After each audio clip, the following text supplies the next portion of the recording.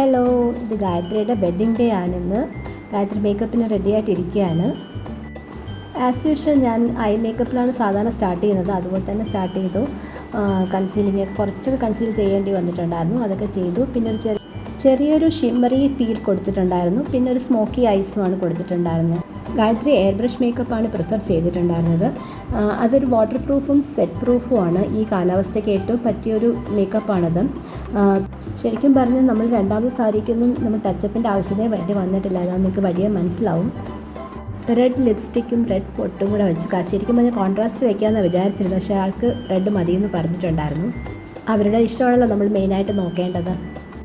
സാരി ഒരു ബ്യൂട്ടിഫുൾ റെഡാണ്, ഒരു പിങ്കിഷ് റെഡ് എന്ന് വേണമെങ്കിൽ പറയാം. പക്ഷേ ഒരു നല്ല കളറായിരുന്നു കേട്ടോ, നല്ല ബ്രൈറ്റ് ആയിട്ടുള്ളൊരു കളർ തന്നെയായിരുന്നു. തിരക്കിൻ്റെ ഇടയിൽ പ്രീപ്ലീറ്റ് ചെയ്യാൻ സാരി കൊണ്ടുവരാനായിട്ട് അത് വിട്ടുപോയി.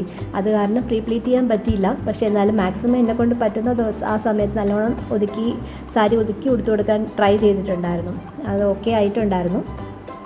സാരിയുടെ ബോർഡറിൽ നല്ല ഹെവി ആയിട്ട് നല്ല വർക്ക്, ഒരു ഫ്ലോറൽ ഡിസൈനൊക്കെ കൊടുത്തിട്ടുണ്ട്. നല്ല ഭംഗിയുണ്ടായിരുന്നു അത് കാണാനായിട്ട്. ഓർണമെൻറ്റ്സ് വളരെ കുറച്ചാണെങ്കിലും 3 മാല ഇട്ടിട്ടുണ്ടായിരുന്നുള്ളൂ. പക്ഷേ ടെമ്പിൾ ഡിസൈനായിരുന്നു, കുറച്ച് ഹെവി ആയിട്ടുള്ള ടെമ്പിൾ ഡിസൈൻസ് തന്നെയായിരുന്നു. നല്ല ഭംഗിയുണ്ടായിരുന്നു. ഈ അറ്റയറിന് നല്ല രസമുണ്ടായിരുന്നു അത്. ഇപ്പം ബ്രൈഡ്സ് കൂടുതലും ഇങ്ങനത്തെ മാലയൊക്കെയാണ് കൂടുതൽ പ്രിഫർ ചെയ്യുന്നത്. അതൊരു കണക്കിന് നല്ലതാണ്. ആ യെല്ലോയിഷ് ഗോൾഡിനെക്കാട്ടിയും ഇതൊക്കെ തന്നെ ആൻറ്റിക് ലുക്ക് വരുമ്പോൾ ഒരു പ്രത്യേക ഭംഗിയാണ് ആഭരണത്തിനും സാരിക്കും ഒക്കെ. ഈ കുഞ്ഞു മാല വന്നപ്പോഴത്തേക്കും ഒരു ഫുൾ ലുക്കും ഒരു നല്ലൊരു എടുപ്പ് വന്നു അല്ലേ. നല്ലൊരു ഗ്രീൻ കളറായിരുന്നു, നല്ല ഡാർക്ക് ഗ്രീനാണ്. പക്ഷെ നല്ല ബ്യൂട്ടിഫുൾ ആയിട്ടുണ്ട് അതിൻ്റെ ഇടയ്ക്ക് അത് വന്നപ്പോഴത്തേക്കും. എനിക്ക് ശരിക്കും പറഞ്ഞാൽ ഈ ലുക്കാണ്, അതായത് ഈ ഒരു ലുക്കാണ് എനിക്ക് ഏറ്റവും കൂടുതൽ ഇഷ്ടപ്പെട്ടത്. ആ കുട്ടിക്കും ഇഷ്ടപ്പെട്ടായിരുന്നു. പക്ഷേ ഒരു പ്രശ്നം എന്ന് വെച്ചാൽ ബ്ലൗസിൻ്റെ ബാക്കിൽ നല്ലൊരു ഡിസൈൻ ഉണ്ടായിരുന്നേ, അത് കവറായി പോകും. അതുകൊണ്ട് മാത്രം നമ്മളത് മാറ്റി വെച്ചു. പിന്നെ വളരെ മിതമായിട്ട് പൂ വെച്ചിട്ടുണ്ടായിരുന്നുള്ളൂ, ഒരുപാട് ഹെവി ആയിട്ട് വെച്ചില്ല.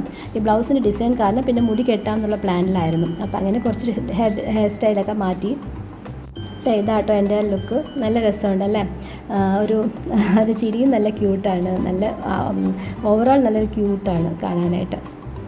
ഇതാണ് കേട്ടോ ബ്ലൗസിൻ്റെ ഇത്. നിങ്ങൾ കാണുമ്പോൾ മനസ്സിലാവും. ഇതാണ് ബ്ലൗസിൻ്റെ ഡിസൈൻ കൊടുത്തിട്ടുണ്ടായിരുന്നു. അപ്പോൾ നമ്മൾ കവർ ചെയ്യുന്നത് ശരിയല്ലല്ലോ, അവർ പാടുപെട്ട് ചെയ്തതല്ലേ. അതുകൊണ്ട് നമ്മൾ എന്തായാലും ഞാനും അത് പിന്നിട്ടത് അതുകൊണ്ടാണ്. ഫൈനലായിട്ട് അവരുടെ ഈ ചിരി കാണാനാണ് എനിക്ക് ഏറ്റവും കൂടുതൽ ഇഷ്ടമുള്ളത്. അവരുടെ സാറ്റിസ്ഫൈഡ് ആയിട്ടുള്ളൊരു ചിരി മതി നമുക്കെല്ലാം കിട്ടാനായിട്ട്.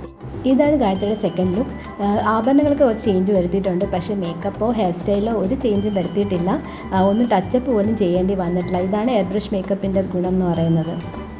ആക്ച്വലി AC ഹോൾ പോലും അല്ലായിരുന്നു. ഇതാണ് ഗായത്രിയുടെ തേർഡ് ലുക്ക്.